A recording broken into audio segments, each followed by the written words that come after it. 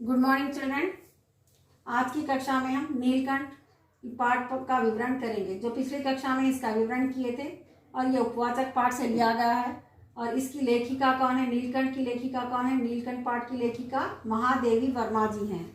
और इसमें थोड़ा सा पुनर्कथन ये है, देखिए आप, नीलकंठ यानी नीले रंग वाला। तो मोर की गर्दन नीले रंग की होने के कारण मोर का नाम नीलकंठ रखा गया। और उसकी छाया के समान यानी उसके साथ रहने वाली जो मोरनी थी उसका नामकरण हुआ राधा। तो यहाँ पर ये पेज नंबर देखिए, इसमें कुब्जा का भी प्रवेश हुआ है। जो कुब्जा यानी वो भी एक मोरनी है और वो थोड़ी जख्मी है, उसकी पीठ टेढ़ी है, यानी उसे टेढ़ी पीठ होने के कारण उसका नाम रखा गया कुब्जा, टेढ़ी पीठ वाली।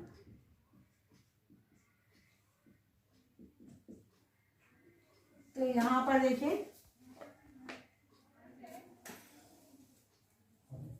सारांश क्या है कि 7 रुपये देकर मैं उसे अगली सीट पर रखकर घर ले आई। कौन कह रही है? महादेवी वर्मा जी कह रहे हैं। एक बार फिर मेरे पढ़ने लिखने का कमरा अस्पताल बना। पंजों की मरहम पट्टी और देखभाल करने पर वह महीने भर में अच्छी हो गई। उंगलियां वैसी ही टेढ़ी मेढ़ी रही, परंतु वह ठूंठ जैसे पंजों पर डगमगाती हुई चलने लगी, यानी टेढ़ा चलने लगी। पंजों पे उंगलियां तो टेढ़ी बिंगी रह गई। उसका ट्रीटमेंट किया गया, महीने भर के बाद वो थोड़ा सही हो गई। तो अब उसे जाली घर में पहुंचा गया, यानी पिंजरे में रखा गया और नाम रखा गया कुब्जा। क्यों रखा गया कुब्जा? क्योंकि उसे जख्मी होने के कारण उसकी पेट टेढ़ी हो गई थी, इसीलिए उसका नाम कुब्जा रखा गया।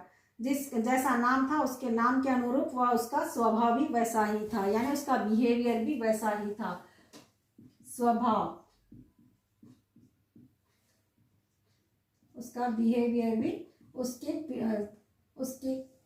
पर्सनालिटी के हिसाब से उसका बिहेवियर भी टेढ़ा बिंगा था, यानी वो क्रूर स्वभाव की थी, वह बहुत ही बुरी थी वो। और स्वभाव से भी कुब्जा ही प्रमाणित हुई। प्रमाणित होना है, सर्टिफाई की गई, प्रमाणित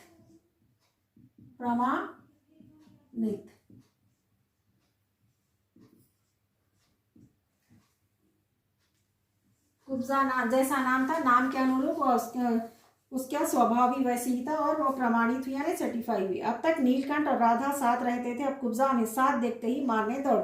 नीलकंठ और राधा यानी मोर और मोरनी जो पहले से थे महादेवी वर्मा के पास, अब जैसे ही कुब्जा उन्हें देखती थी मारने दौड़ती थी। चोट से मार मार कर उसने राधा की कलगी नोच डाली, पंख नोच डाले। कठिनाई यह थी कि नीलकंठ उससे दूर भागता और वह उसके साथ रहना नहीं चाहती थी। नीलकंठ उससे दूर भागता था लेकिन वह उसके साथ ही रहना चाहती थी। कौन साथ रहना चाहती थी? कुब्जा नाम की जो मोरनी यहाँ पर आई थी, वह दूसरी राधा को से भगाकर ये कुब्जा अपने मोर के साथ, नीलकंठ के साथ रहना चाहती थी। कुब्जा उन्हें साथ देखते ही मारने दौड़ती। वह किसी को नीलकंठ के समीप आने देना नहीं चाहती थी। उसी बीच राधा ने 2 अंडे दिए जिनको वह पंखों में छिपाए बैठी रहती थी। पता चलते ही कुब्जा ने चोंच मार मार कर राधा को ढकेल दिया और फिर अंडे फोड़कर जैसे पैरों से सब और छितरा दिए। यानी जैसे ही कुब्जा को पता चला कि राधा ने अंडे दिए तो वह राधा को ढकेल कर उन अंडों को फोड़ दिया। तो इस तरह कोलाहल से और उससे भी अधिक राधा की दूरी से बेचारे नीलकंठ की प्रसन्नता का अंत हो गया। प्रसन्नता का अंत हो गया, ने खुशी खत्म हो गई। प्रसन्नता मीन्स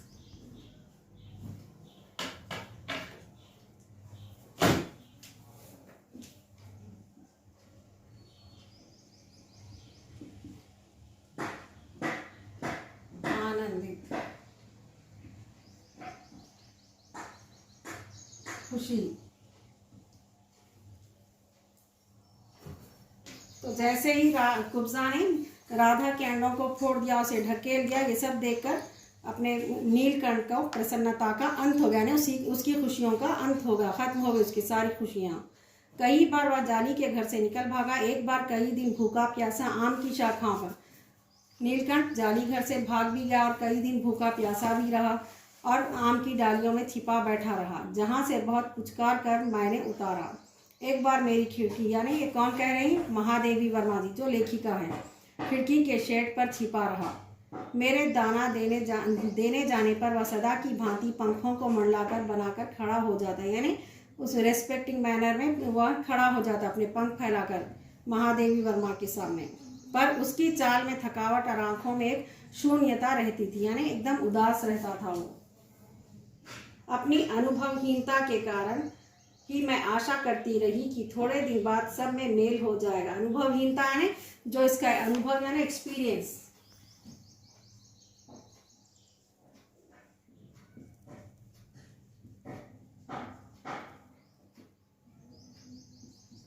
तो महादेवी वर्मा का क्या कहना था, मेरे अनुभव के कारण जो उनका अनुभव, जो उनका एक्सपीरियंस था, उन्हें आशा थी यानी उम्मीद थी कि थोड़े दिन में सब में मेल हो जाएगा। अंत में 3-4 मास के उपरांत, 3-4 मास यानी महीनों के बाद, 3-4 महीनों के बाद, मास महीना और माह भी कह सकते हैं आप। तो ये सारे पर्यायवाची में काउंट होते हैं इसका।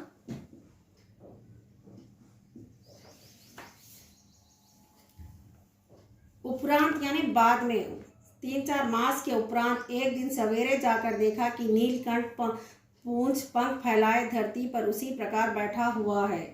3-4 महीने के बाद एक बार सुबह सवेरे जाकर देखा तो क्या है, नीलकंठ पूंछ और पंख फैलाए धरती पर उसी प्रकार बैठा हुआ जैसे पहले बैठा था, जैसे खरगोश के बच्चों को पंखों में छिपाकर बैठता था। मेरे पुकारने पर भी उसके न उठने पर संदेह हुआ।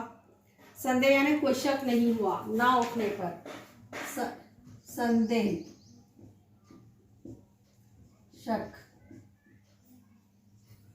यानी डाउट। ना उठने पर उसे कोई डाउट भी नहीं हुआ। वास्तव में नीलकंठ मर गया था। क्यों का उत्तर तो अब तक नहीं मिल सका। ना उसे कोई बीमारी हुई, ना उसके रंग बिरंगे फूलों के स्तबक जैसे शरीर पर किसी चोट का चिन्ह मिला, यानी निशान यानी मार्क भी नहीं था कोई। मैं अपने शॉल में लपेटकर उसे संगम ले गई। जब गंगा की बीज धार में उसे प्रवाहित किया गया, यानी गंगा नदी में उसे बहा दिया गया, तब उसके पंखों की चंद्रिकाओं से प्रतिबिंबित होकर गंगा का चौड़ा पाट एक विशाल मयूर के समान तरंगित हो उठा। जैसे उसे पानी में बहा दिया क्या, तो वो भी क्या, विशाल यानी बहुत ही बड़ा। विशाल का क्या है यहाँ पे, यानी ह्यूज। तरंगित हो उठा ने कलरफुल हो गया। नीलकंठ के ना रहने पर राधा तो निश्चेष्ट सी कई दिन कोने में बैठी रही। वह कई बार भागकर लौट आया था, अतः वह प्रतीक्षा के भाव से द्वार पर दृष्टि लगाए रहती, यानी वह कई बार भागा था फिर वापस आया। उसी प्रकार उसकी प्रतीक्षा में यानी इंतजार में, प्रतीक्षा करना है इंतजार करना, वेट करना किसी का, इंतजार।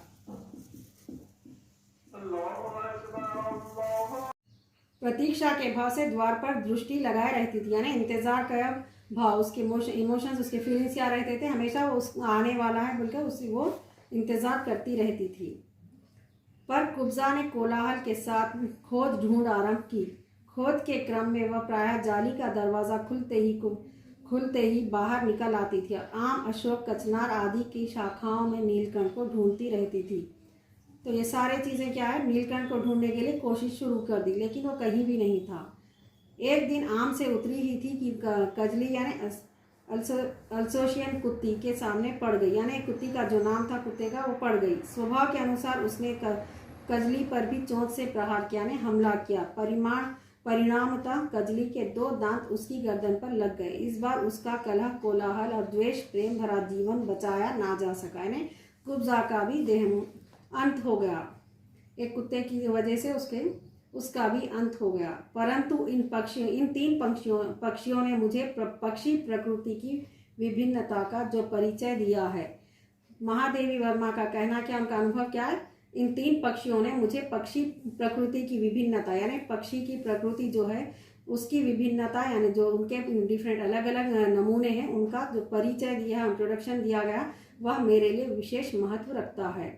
राधा जब प्रतीक्षा में ही दुकेली है, आषाढ़ में जब आकाश मेघाच्छन्न हो जाता है, तब वह कभी ऊंचे झूले पर और कभी अशोक की डाल पर अपनी केका को तीव्रतर करके नीलकंठ को बुलाती रहती है, यानी आवाज़ आती है, वो कभी कभी उसकी याद में गाना गाती है मोरनी। तो ये था महादेवी वर्मा का नीलकंठ पाठ, यानी पक्षियों के प्रति जो उनकी भावना थी उसे दिखा, यानी एक मामूली पक्षी होने के बाद भी उनके पास भी प्रेम भाव, सारे इमोशन, सारे फीलिंग्स उनके पास भी है। तो इसी तरह क्या है हमारे लिए इस पाठ से हमें क्या शिक्षा मिली, एक पक्षी जब एक दूसरे की रितना कर सकते हैं, जो बिल्कुल छोटे जीव जंतु हैं, तो हम तो एक अच्छे प्राणी, एक मनुष्य होने के कारण हमें भी सबके साथ प्रेम भाव से रहना चाहिए।